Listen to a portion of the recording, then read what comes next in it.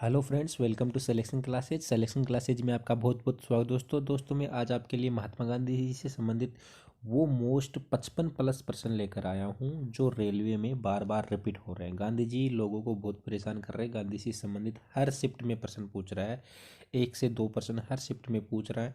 तो मैंने सोचा क्यों ना गांधी जी को ही लेकर एक पूरा वीडियो बना दिया जाए, जिससे गांधी जी से आने वाले तमाम प्रश्नों का सॉल्यूशन इस वीडियो में हो। तो आपको कहीं जाने की ज़रूरत नहीं है। गांधी जी के लिए 1 से 2 प्रश्न गांधी जी के बारे में पूछ रहा है, तो यहीं आपको गांधी से रिलेटेड सारे प्रश्न मिल जाएंगे। फ्रेंड्स, वीडियो को बिना स्किप किए बिना टाइम गवाए आपको पूरा का पूरा वीडियो देखना है और गांधी जी को क्लियर करना है, और आपके 1 से 2 प्रश्नों को आपको पूरा करना है। इसमें कोई गलती आपको नहीं करनी है। दूसरी बात, चैनल पर अगर नए आए हो तो चैनल को सब्सक्राइब करो, और वीडियो अच्छा लगा तो वीडियो को लाइक करना, ठीक है। और जो मैंने पिछले वीडियो बनाए हैं उनकी सारों की लिंक जो है नीचे डिस्क्रिप्शन में दी हुई है, जिनसे हर वीडियो के अंदर 2 से 3 प्रश्न हर शिफ्ट में पूछ रहा है। तो ये जानकारी आपके लिए मैं बता दूं फिर से, तो बहुत इंपॉर्टेंट है फ्रेंड्स। देखिए, पहला प्रश्न देखना। पहला प्रश्न है, महात्मा गांधी जी का जन्म कहाँ हुआ? ठीक है, सॉरी, महात्मा गांधी का जन्म कब हुआ? तो जन्म के बारे में पूछ रहे हैं, कब हुआ? तो सबको पता है 2 अक्टूबर 1869 को महात्मा गांधी जी का जन्म हुआ था। ठीक है, क्लियर है। अगला प्रश्न देखना। अगला प्रश्न है, महात्मा गांधी जी का जन्म किस स्थान पर हुआ? ठीक है, स्थान का नाम पूछा है, जगह का नाम पूछा है, तो पोरबंदर गुजरात में महात्मा गांधी जी का जन्म हुआ था। ठीक है, ऑप्शन नंबर बी आपका करेक्ट हो जाएगा। महात्मा गांधी जी का जन्म पोरबंदर गुजरात में हुआ था। अगला प्रश्न है, सत्य के साथ मेरे प्रयोगों की कहानी के लेखक कौन है? ठीक है, इसके लेखक हैं महात्मा गांधी। महात्मा गांधी जी ने अपनी बुक लिखी थी सत्य के साथ मेरे प्रयोग, तो इसकी लेखक हैं महात्मा गांधी। ठीक है, क्लियर है। तो इन प्रश्नों को अपन ऐसे जल्दी जल्दी देखेंगे ताकि हमारा समय खराब ना हो और अपन को आंसर भी मिल जाए। ठीक है, प्रश्न है, अंतर्राष्ट्रीय अहिंसा दिवस कब मनाया जाता है? अंतर्राष्ट्रीय अहिंसा दिवस तो आपको सबको पता होना चाहिए, गांधी जी के जन्मदिन के अवसर पर ही अंतर्राष्ट्रीय अहिंसा दिवस मनाया जाता है, 2 अक्टूबर को। क्लियर है। अगला प्रश्न देखना। अगला प्रश्न है, दक्षिणी अफ्रीका से महात्मा गांधी भारत कब लौटे थे? ठीक है, महात्मा गांधी दक्षिण अफ्रीका से भारत कब लौटे थे? तो 9 जनवरी 1915 को जो है दक्षिण अफ्रीका से महात्मा गांधी भारत लौटे थे, और इसी दिन एक और दिवस मनाया जाता है, ये मैं नहीं बताऊंगा क्योंकि इससे जो अगला प्रश्न है वो इसी से रिलेटेड आ रहा है, आगे बात करेंगे। देखिए फ्रेंड्स, ये आ गया है। प्रवासी भारतीय दिवस कब मनाया जाता है? तो प्रवासी भारतीय दिवस 9 जनवरी को मनाया जाता है। ठीक है, क्योंकि 9 जनवरी को ही जो गांधी जी भारत लौटे थे। ठीक है, इंपॉर्टेंट पॉइंट देखना, महात्मा गांधी 9 जनवरी 1915 को दक्षिण अफ्रीका से भारत लौटे थे। वही बात है जो मैंने आपको क्लियर करवा दी है। ठीक है, 9 जनवरी 1915 को दक्षिण अफ्रीका से भारत लौटे थे। इसी खुशी में प्रवासी दिवस भी 9 जनवरी को मनाया जाता है। क्लियर है। अगला प्रश्न देखना। अगला प्रश्न है, महात्मा गांधी ने किस कानून को काला कानून कहा था? ठीक है, तो रोलेट एक्ट को महात्मा गांधी ने जो है काला कानून कहा था। ठीक है, क्लियर है। और कब कहा था? 19 मार्च 1919 की बात है। रोलेट एक्ट को महात्मा गांधी ने क्या कहा था? काला कानून कहा था, कठोर कानून था जो अंग्रेजों ने चलाया था। क्लियर है। इंपॉर्टेंट पॉइंट्स ये हैं, ब्रिटेन सरकार ने भारत में उभर रहे राष्ट्रीय आंदोलन को कुचलने के लिए रोलेट एक्ट बनाया था। जो भारत में राष्ट्रीय आंदोलन चल रहे थे, उन आंदोलनों को समाप्त करने के लिए, उन आंदोलनों को जो है बिगाड़ने के लिए, ख़त्म करने के लिए ब्रिटिश सरकार ने ये कानून बनाया, जिससे ब्रिटिश सरकार ने सोचा कि इस कानून से डरकर लोग आंदोलन को बंद कर देंगे, शांति हो जाएगी, इसलिए उन्होंने ये कानून चलाया। ठीक है, तो इसी को महात्मा गांधी ने काला कानून कहा है। रोलेट एक्ट उसका नाम था। क्लियर है। अगला प्रश्न देखना, यंग इंडिया यंग इंडिया की शुरुआत किसने की थी? अंग्रेजी पत्रिका है यंग इंडिया। ठीक है, इनकी शुरुआत किसने की थी? तो यंग इंडिया की शुरुआत, ध्यान रखना, महात्मा गांधी ने ही की थी। और कब की थी? 1919 में की थी यंग इंडिया की शुरुआत। क्लियर है। साथ साथ में प्रश्नों को क्लियर करना चाहिए ताकि आप भूलो ही नहीं। क्लियर है? इंपॉर्टेंट पॉइंट देखना, गांधी जी ने अपने विचारों को प्रसारित करने के लिए यंग इंडिया की शुरुआत की थी। गांधी जी ने अपने खुद के विचार लिखे इस पत्रिका के द्वारा लोगों तक खुद के विचार पहुंचाने के लिए, भारत को किस तरीके से बदलने के लिए, ठीक है, ताकि भारत में कोई परेशानी ना आए लोगों को। इसलिए महात्मा गांधी ने जो है अंग्रेजी पत्रिका की शुरुआत की, जिससे लोग पढ़कर क्या है, जागरूक हो। अगला प्रश्न है, करो या मरो का नारा किसने दिया था? ठीक है, तो करो या मरो का नारा महात्मा गांधी ने ही दिया था। कब दिया था? 1942 के अंदर दिया था। ठीक है, क्लियर है? 1942 में करो या मरो का नारा दिया था। इंपॉर्टेंट पॉइंट ये है कि गांधी जी ने करो या मरो का नारा देते हुए कहा था कि, क्या कहा था? कहा था कि हम देश को स्वतंत्र के लिए अपना सब कुछ त्याग कर देंगे। भाई, देश को स्वतंत्र करने के लिए हम अपना सब कुछ त्याग देंगे, ये गांधी जी ने कहा था। और करो या मरो का नारा लगाया था। ठीक है, कब लगाया था? 1942 के अंदर। ठीक है, क्लियर है? अगला प्रश्न देखना। अगला प्रश्न है, गांधी जी ने करो या मरो का नारा किस आंदोलन के दौरान दिया था? देखो, एक दूसरे से रिलेटेड प्रश्न है और बहुत ही इंपॉर्टेंट प्रश्न है। तो गांधी जी ने करो या मरो का नारा किस आंदोलन के दौरान दिया था? तो भारत छोड़ो आंदोलन के दौरान गांधी जी ने करो या मरो का नारा दिया था। इंपॉर्टेंट पॉइंट ये है कि इस आंदोलन के मुख्य उद्देश्य भारत को ब्रिटिश साम्राज्य से मुक्त करना था। ठीक है, भारत छोड़ो आंदोलन जो है अंग्रेजों के लिए लगाया था और इसका मुख्य उद्देश्य यही था कि ब्रिटिश सरकार से जो है भारत को मुक्त किया जाए। ठीक है, अगला प्रश्न देखना। अगला प्रश्न है, दक्षिण अफ्रीका में महात्मा गांधी कितने वर्षों तक रहे थे? ठीक है, दक्षिण अफ्रीका गए थे गांधी जी, कितने वर्षों तक रहे थे? तो 21 वर्षों का जो अपनी उम्र का जो समय है वो गांधी जी ने दक्षिण अफ्रीका में बिताया। 21 वर्षों तक गांधी जी दक्षिण अफ्रीका में रहे। महात्मा गांधी 1800 देखो 93 से 1914 तक दक्षिण अफ्रीका में रहे थे। 1893 से 1914 तक दक्षिण अफ्रीका में रहे। 9 जनवरी 1915 को भारत लौटे थे और 9 जनवरी को ही प्रवासी दिवस मनाया जाता है, भारत लौटने की खुशी में ही। ठीक है, क्लियर है? अगला प्रश्न देखना। अगला प्रश्न है, हिंद स्वराज नामक पुस्तक किसने लिखी थी? तो हिंद स्वराज नामक पुस्तक भी महात्मा गांधी ने ही लिखी थी, याद रखना। इंपॉर्टेंट पॉइंट ये है कि महात्मा गांधी ने यह पुस्तक इंग्लैंड से दक्षिण अफ्रीका की यात्रा के समय लिखी थी। जब इंग्लैंड से दक्षिण अफ्रीका के लिए यात्रा की थी, उसी यात्रा के दौरान महात्मा गांधी ने यह पुस्तक लिखी थी, हिंद स्वराज। ठीक है, क्लियर है? अगला प्रश्न देखना। अगला प्रश्न है, महात्मा गांधी जी की 11 सूत्री मांगों का संबंध किस आंदोलन से है? ठीक है, आंदोलन का नाम पूछा तो सविनय अवज्ञा आंदोलन से है।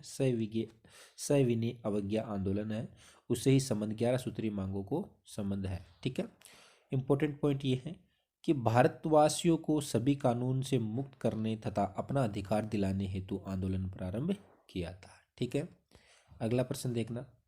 अगला प्रश्न है, महात्मा गांधी ने पहली बार सत्याग्रह का प्रयोग कब किया? ठीक है, सत्याग्रह का प्रयोग जो आंदोलन था उसका प्रयोग महात्मा गांधी ने कब किया था, उसकी शुरुआत कब की थी? तो 11 सितंबर 1906 को महात्मा गांधी ने सबसे पहले सत्याग्रह का प्रयोग किया। और कहाँ किया? दक्षिणी अफ्रीका के अंदर।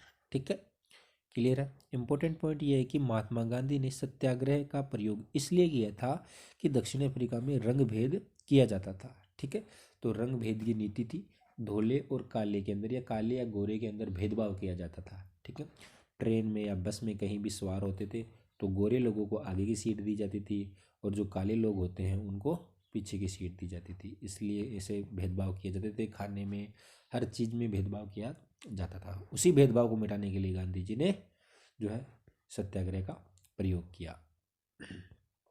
अगला प्रश्न है, गांधी जी ने किस एकमात्र कांग्रेस के अधिवेशन की अध्यक्षता की थी? ठीक है, तो 1924 में बलगांव में गांधी जी ने क्या की थी? अध्यक्षता की थी 1924 में। ठीक है, बेलगांव कर्नाटक के अंदर। ठीक है, इंपॉर्टेंट पॉइंट ये है कि ये 42वां अधिवेशन था। कौन सा अधिवेशन था? 42वां अधिवेशन था, ये भी आपको ध्यान में रखना है। अगला प्रश्न है, साबरमती आश्रम कहाँ है? ठीक है। तो अहमदाबाद गुजरात में साबरमती आश्रम स्थित है, ये प्रश्न पूछा हुआ है एनटीपीसी के अंदर। ठीक है, क्लियर होना चाहिए। साबरमती आश्रम कहाँ है? अहमदाबाद गुजरात में। इंपॉर्टेंट पॉइंट ये है कि साबरमती आश्रम की स्थापना महात्मा गांधी ने ही की थी। किसी ने नहीं की थी, महात्मा गांधी ने ही की थी साबरमती आश्रम की। और कहाँ है? गुजरात के अंदर है, अहमदाबाद गुजरात में। क्लियर है। अगला प्रश्न है, साबरमती आश्रम की स्थापना महात्मा गांधी ने कब की थी? ठीक है, किसने की? महात्मा गांधी ने की। कब की थी? 1915 के अंदर की थी साबरमती आश्रम की स्थापना। इंपॉर्टेंट पॉइंट ये है कि साबरमती आश्रम अहमदाबाद में साबरमती नदी के किनारे स्थित है। ठीक है, कौन सी नदी के किनारे? साबरमती नदी के किनारे स्थित है। और यह 17 जून 1917 को बनाया गया था, बनकर तैयार हुआ 17 जून 1917 को। क्लियर है। अगला प्रश्न देखना। अगला प्रश्न है, महात्मा गांधी और उनके स्वयंसेवकों ने दांडी यात्रा कब शुरू की थी? ठीक है, दांडी यात्रा की शुरुआत कब की थी? तो 12 मार्च 1930 को दांडी यात्रा की शुरुआत की थी। ठीक है, इंपॉर्टेंट पॉइंट ये कि गांधी जी ने साबरमती आश्रम से दांडी यात्रा की शुरुआत की थी। कहाँ से की थी? साबरमती आश्रम से की थी। दांडी यात्रा के दौरान गांधी जी रोजाना 16 से 19 किलोमीटर पैदल चलते थे। कितने किलोमीटर? 16 से 19 किलोमीटर डेली पैदल चलते थे। ठीक है गांधी जी, क्लियर है। अगला प्रश्न देखना। अगला प्रश्न है, महात्मा गांधी ने साबरमती आश्रम से दांडी यात्रा का सफर कितने दिनों में तय किया? रोज 16 से 19 किलोमीटर चलते थे। कितने दिनों में तय किया पूरा? तो 24 दिन लगे थे महात्मा गांधी। कितने दिन लगे? 24 दिन लगे थे। इंपॉर्टेंट पॉइंट ध्यान में रखना, 5 अप्रैल 1930 को महात्मा गांधी ने अपने स्वयं सेवकों के साथ में नमक कानून तोड़ने के लिए दांडी पहुंचे थे। इसके बाद 24 दिन तक चली इस यात्रा को समाप्त कर दिया गया था। क्लियर है। 5 अप्रैल 1930 को शुरुआत की थी, चले थे उस दिन, और 24 दिन बाद में पहुंचे थे वहां पर दांडी। क्लियर है। अगला प्रश्न देखना। अगला प्रश्न है, महात्मा गांधी को किस आंदोलन के नाम से जाना जाता है? ठीक है, तो नमक सत्याग्रह के नाम से महात्मा गांधी को जाना जाता है। ये भी पूछा हुआ सवाल है, एनटीपीसी में ही पूछा हुआ सवाल है। ठीक है, तो याद रखना, नमक सत्याग्रह के नाम से ही गांधी जी को जाना जाता है। इंपॉर्टेंट पॉइंट ये है कि 1930 में महात्मा गांधी के द्वारा अंग्रेज सरकार के नमक के ऊपर कर लगाने के कानून के विरुद्ध आंदोलन किया था। मतलब कि महात्मा गांधी ने जो नमक के ऊपर कर लगाया था अंग्रेजी सरकार ने, उसके विरुद्ध महात्मा गांधी ने आंदोलन किया था, नमक सत्याग्रह का। क्लियर है, ये बात आपको ध्यान में रखनी है।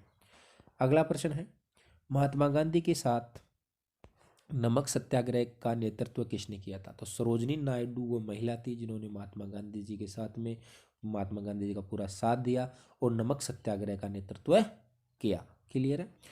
इंपॉर्टेंट पॉइंट ये है कि सरोजिनी नायडू भारत कोकिला के नाम से भी प्रसिद्ध थी। ठीक है, भारत कोकिला के नाम से या भारतीय कोकिला के नाम से जो है ये प्रसिद्ध थी।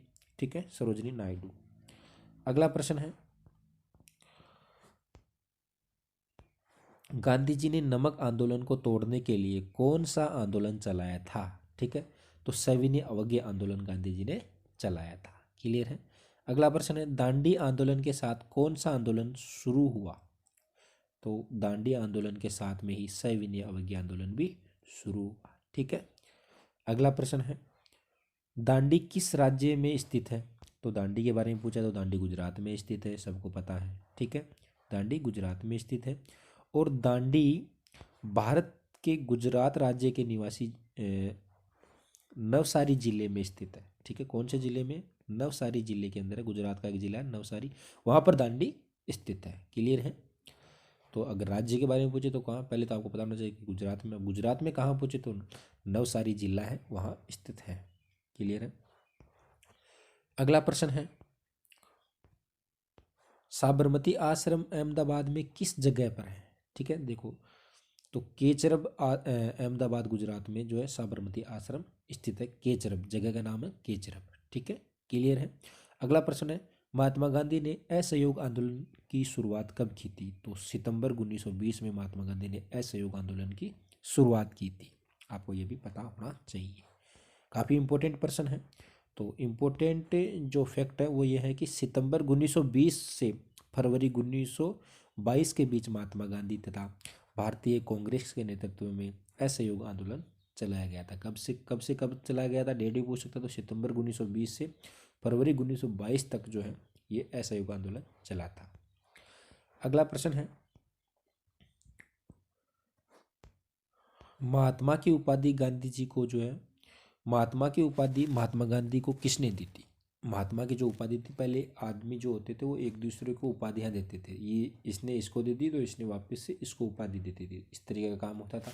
तो महात्मा गांधी जी को जो उपाधि है महात्मा की, वो किसने दी? तो रविंद्रनाथ टैगोर ने ये उपाधि थी। पहले गांधी जी को महात्मा नहीं लगाया जाता था, ठीक है ना। तो उसकी फिर महात्मा की उपाधि रविंद्रनाथ टैगोर ने दी। तब से लेकर के आज तक जो है गांधी जी को महात्मा के उपाधि मिल गई। तो महात्मा गांधी जी के नाम से पहले महात्मा कहकर उनको बुलाते हैं। अगला प्रश्न है, रविंद्रनाथ टैगोर को गुरुदेव की उपाधि किसने दी? तो महात्मा गांधी ने दी। देखो, रविंद्रनाथ टैगोर ने गांधी जी को महात्मा की उपाधि दे दी और गांधी जी ने रविंद्रनाथ टैगोर को गुरुदेव की उपाधि दे दी। तो उल्टा हो गया ना एक दूसरे को, इसने तो इसको दे दी, इसने इसको दे दी, यही बात मैंने कही है। तो महात्मा गांधी ने 1919 में ये उपाधि दे दी थी, इसलिए ही रविंद्रनाथ टैगोर को गुरुदेव के नाम से भी जाना जाता है। क्लियर है?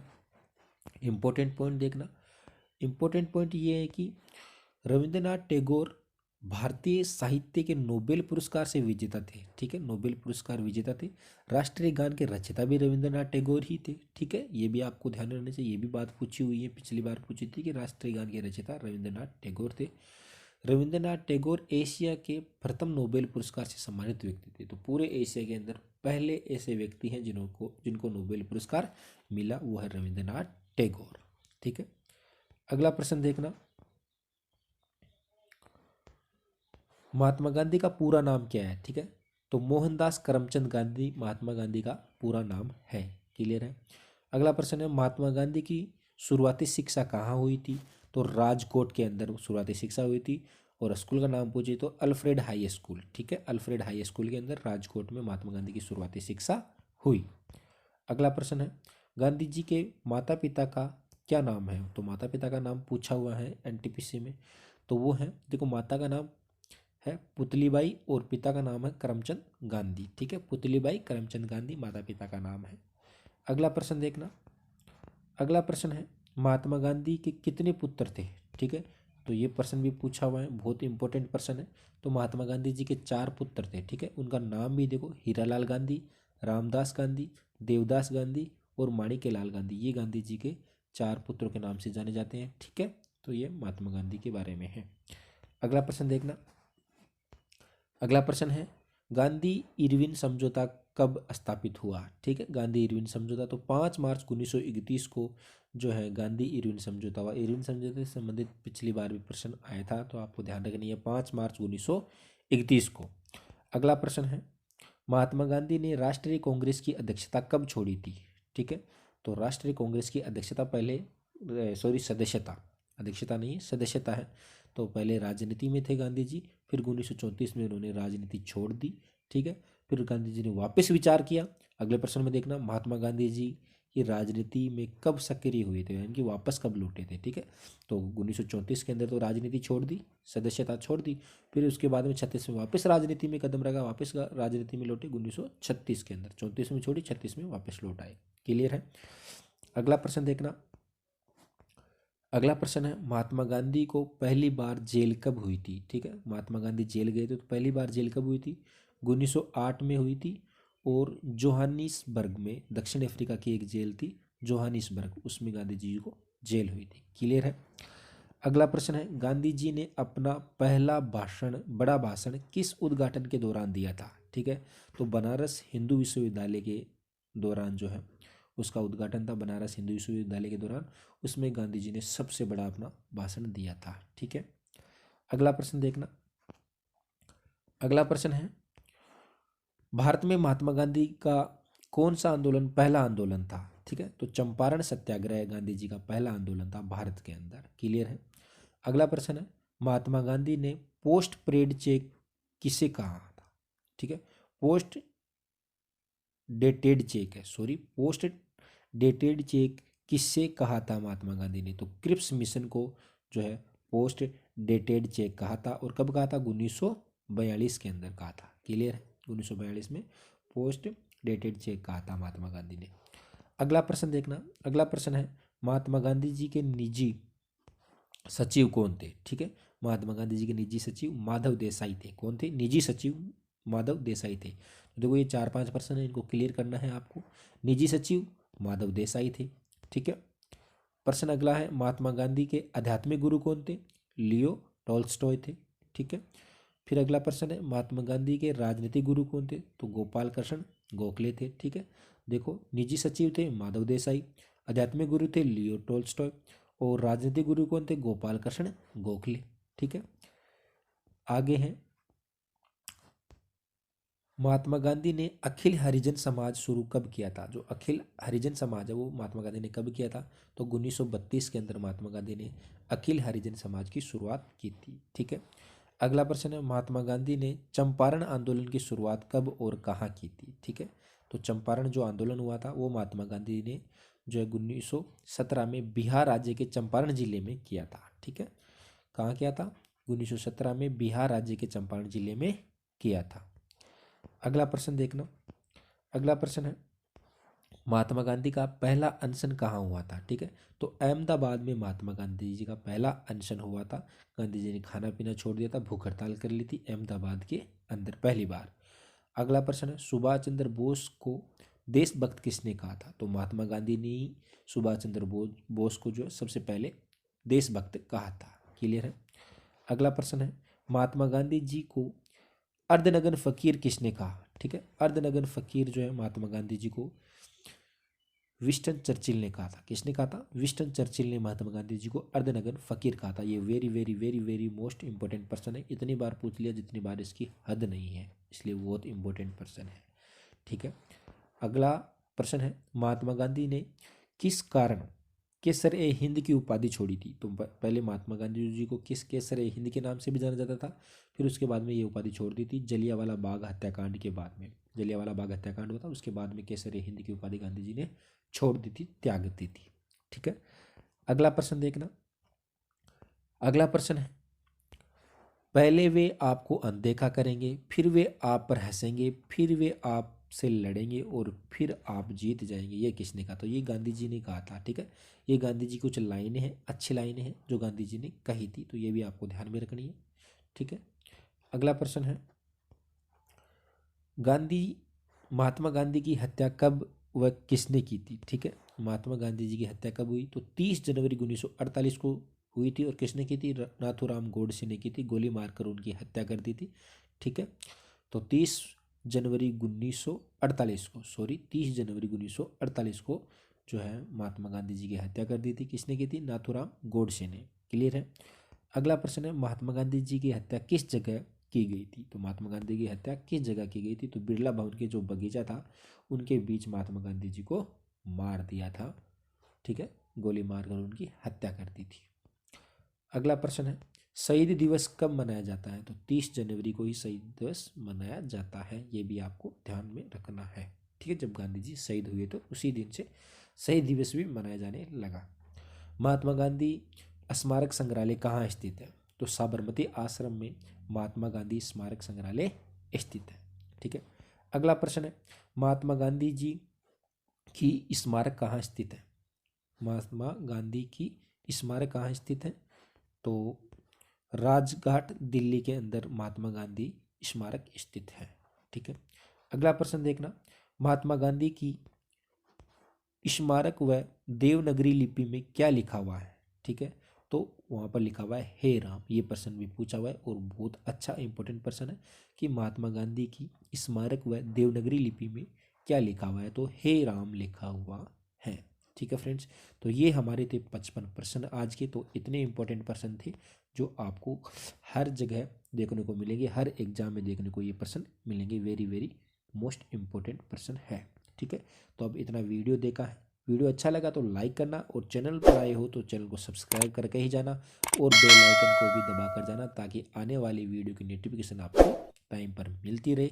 ठीक है फ्रेंड्स, वीडियो देखने के लिए बहुत बहुत धन्यवाद।